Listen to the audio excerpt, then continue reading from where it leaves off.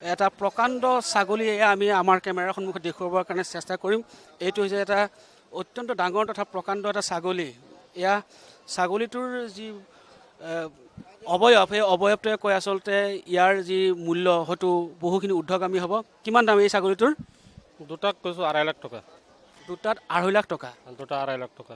ক'ৰ পৰা অনা হৈছে এই ছাগলীকেইটা? ৰাজস্থানৰ পৰা আনিছোঁ। ৰাজস্থানৰ পৰা। অঁ, এতিয়ালৈকে গ্ৰাহক আহিছেনে? আহি আছে, চাই আছে।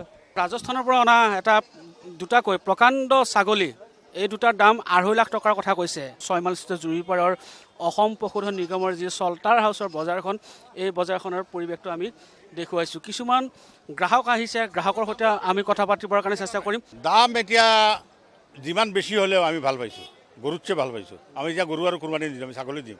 এইটোৱে পণ লোৱাটো উচিত। মানুহে প্ৰমিছ কৰিছে গৰু দিয়ে আৰু কুৰবানী নিদিয়ে। এইটোৱে আমাক ক'ব নালাগে, আমি নিজে প্ৰমিছ কৰিছোঁ।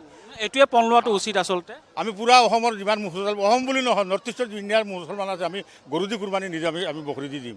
ঈদ উল আজহাক লৈ ইছলাম ধৰ্মাৱলম্বী লোকসকলৰ মাজত পাৰ ভঙা ব্যস্ততাপূৰ্ণ পৰিৱেশ দেখিবলৈ পোৱা গৈছে। কেৱল পশুধনৰ বজাৰ বুলিয়ে নহয়, প্ৰায়সমূহ বজাৰতে দেখিবলৈ পোৱা গৈছে একেই পৰিৱেশৰ সূচনা হোৱা দেখা পোৱা গৈছে। এয়া আমি দেখুৱাইছোঁ পশুধনৰ বজাৰখনৰ দৃশ্যপট। যিহেতু এইবাৰ গৰু কুৰবানীৰ ক্ষেত্ৰত কিছু নীতি নিয়ম জাৰি কৰা পৰিলক্ষিত আছে, তেনে ক্ষেত্ৰত সেই নীতি নিয়মৰ একমুখে আচলতে সহযোগ আগবঢ়োৱা দেখা পোৱা গৈছে অসমীয়া ইছলাম ধৰ্মাৱলম্বী লোকসকলে। তাৰ তুলনাত ছাগলীক এইবাৰ প্ৰাধান্য দিয়া হৈছে কুৰবানীৰ ক্ষেত্ৰত। এইবাৰ ছাগলীৰ সংখ্যাটো অলপ বেছি হৈছে, তেনে ক্ষেত্ৰত বিক্ৰীৰ সংখ্যাটো কেনেকুৱা ধৰণৰ? পূৰ্বতকৈ ছাগলীৰ বিক্ৰীৰ পৰিমাণটো বৃদ্ধি হৈছেনে, বেছি হৈছেনে? হৈছে, বহুত বেছি হৈছে এইবাৰ।